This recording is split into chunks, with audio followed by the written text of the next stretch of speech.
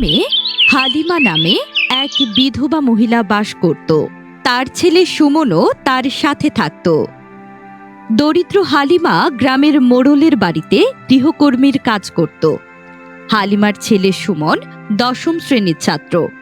এবার তার এসএসসি পরীক্ষা। সুমন পড়াশোনায় খুব ভালো।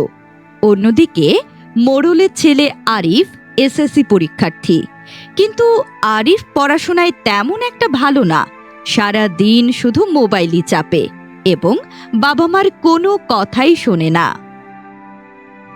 আরে বাবা, সারাদিন মোবাইল চাপলে হবে? সামনে তোমার পরীক্ষা, একটু পড়ালেখা করো। হ্যাঁ, পড়াশোনা না করলে তো পাশ করতেই পারবে না।